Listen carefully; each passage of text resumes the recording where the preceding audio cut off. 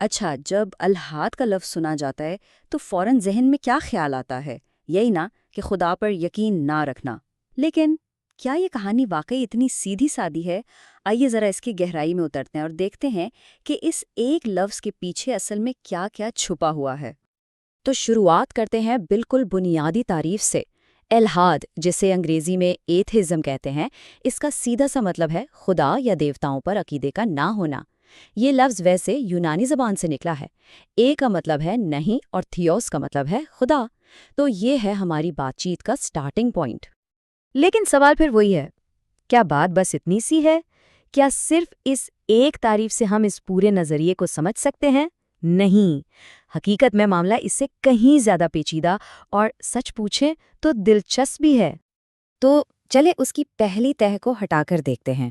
دیکھیں، خدا پر یقین نہ کرنا کوئی ایک سیدھی سی پوزیشن نہیں ہے۔ یہ اصل میں مختلف خیالات کا ایک پورا اسپیکٹرم ہے، مطلب اس میں کئی الگ الگ قسم کے موقف شامل ہیں۔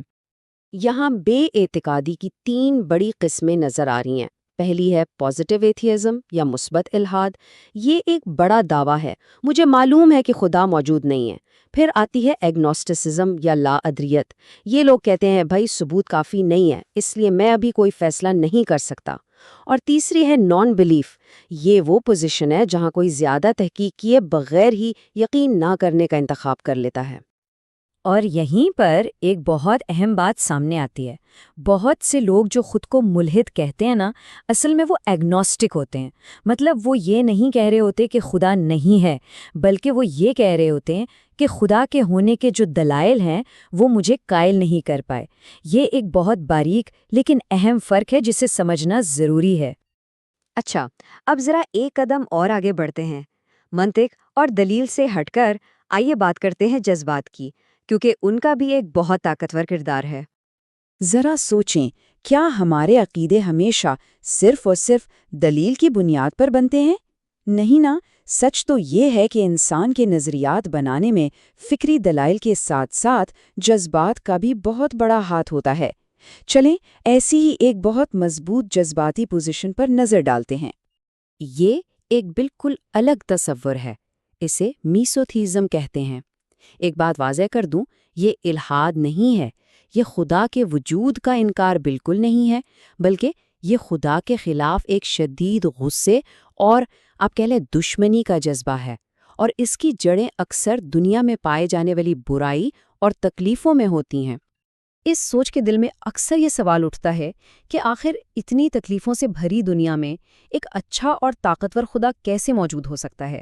اور یہ صرف کوئی کتابی فلسفیانہ سوال نہیں ہوتا، اکثر یہ ایک بہت گہری ذاتی شکایت ہوتی ہے۔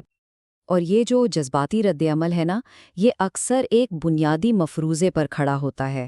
وہ مفروضہ یہ ہے کہ خدا کو بھی ہمارے یعنی انسانوں کے انصاف اور ہمدردی کے پیمانوں پر پورا اترنا چاہیے۔ مطلب اس سوچ میں خدا کو انسانی سطح پر رکھ کر پرکھا جا رہا ہوتا ہے۔ تو آئیے اب ان چھپے ہوئے فلسفیانہ مفروضوں کی بات کرتے ہیں جو اکثر الحاد کے دلائل کی بنیاد بنتے ہیں، بھلے ہی ان کا ذکر کھل کر نہ کیا جاتا ہو۔ ان میں سے ایک بہت بڑا نظریہ ہے فلاسفیکل نیچرلزم۔ یہ ایک پورا ورلڈ ویو ہے جو کہتا ہے کہ حقیقت بس یہی مادی دنیا ہے اور اس کے طبعی قوانین، اور ان سب کو چلانے والی قوتیں اندھی اور غیر عقلی ہیں، یعنی اس طبعی دنیا سے باہر کچھ بھی نہیں ہے۔ اور یہ پوائنٹ سمجھنا بہت ضروری ہے۔ ما فوق الفطرت چیزوں کا یہ انکار کوئی سائنس کا نتیجہ نہیں ہے، یہ خود ایک فلسفیانہ پوزیشن ہے۔ یہ سمجھیں کہ ایک اینک ہے جسے پہن کر ثبوتوں کو دیکھا جا رہا ہے، یہ ثبوتوں سے نکلا ہوا کوئی کنکلوژن نہیں ہے۔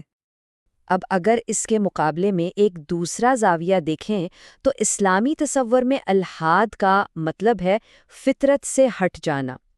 اس نظریے کے مطابق ہر انسان کے اندر خدا کو پہچاننے کی ایک قدرتی صلاحیت، ایک فطرت موجود ہے۔ تو اس لحاظ سے الحاد کوئی نیوٹرل پوزیشن نہیں، بلکہ اس فطری جھکاؤ سے دور جانا ہے۔ اچھا، تو سوال یہ ہے کہ شک اور انکار کے یہ خیالات آئے کہاں سے؟ چلیں تاریخ پر ایک تیز سی نظر ڈالتے ہیں، کیونکہ یہ کوئی آج کا تصور نہیں ہے، اس کی تو ایک بہت لمبی اور بڑی دلچسپ فکری تاریخ ہے۔ بہت پہلے اسلامی دور میں الدریہ جیسے گروہ تھے، پھر یورپ میں انلائٹنمنٹ کا دور آیا جس نے فلسفیانہ شکوک و شبہات کو ہوا دی، پھر 20ویں صدی میں لاجیکل پازیٹیوزم آیا جس نے کہا کہ خدا کا تصور ہی بے معنی ہے، اور حال ہی میں 21ویں صدی میں نیو ایتھیزم کی ایک بہت جارحانہ لہر اٹھی۔ لیکن مزے کی بات دیکھیں، ایک طرف تو سائنس کو الحاد سے جوڑا جاتا ہے، لیکن دوسری طرف اسی ماڈرن سائنس کی بگ بینگ تھیوری اور کائنات کی فائن ٹیوننگ جیسی دریافتوں نے خدا پر ایمان کی فکری بحث کو ایک نئی جان دے دی، اور ڈیزائن اور مقصد جیسے سوالات پھر سے سامنے آ گئے۔ یہ جو نیو ایتھیزم کی تحریک ہے، اس نے شکوک پھیلانے میں تو بڑا کام کیا، لیکن اس کے جارحانہ انداز اور فلسفے کی گہرائی میں کمی کی وجہ سے خود کئی ملحد دانشوروں نے بھی اس پر تنقید کی ہے۔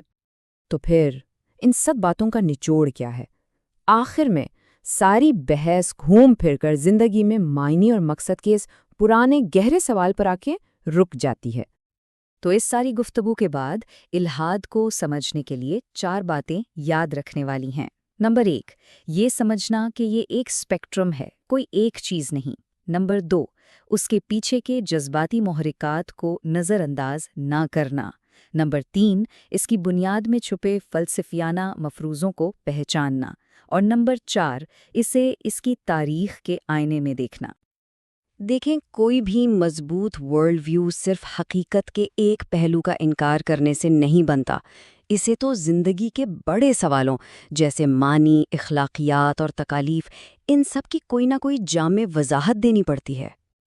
اور آخر میں ایک سوال جس پر سوچا جا سکتا ہے کہ کسی کا بھی ورلڈ ویو اصل میں بنتا کس چیز سے ہے؟